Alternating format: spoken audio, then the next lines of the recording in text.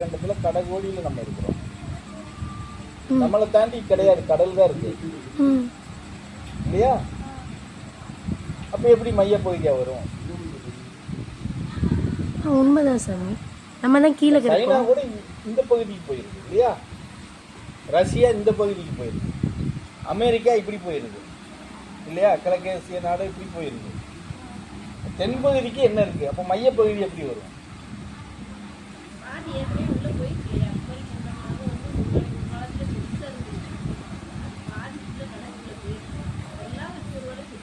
கடலுக்குள்ள போயிருக்குங்கிறதுக்கு என்ன சான்றிதழ்?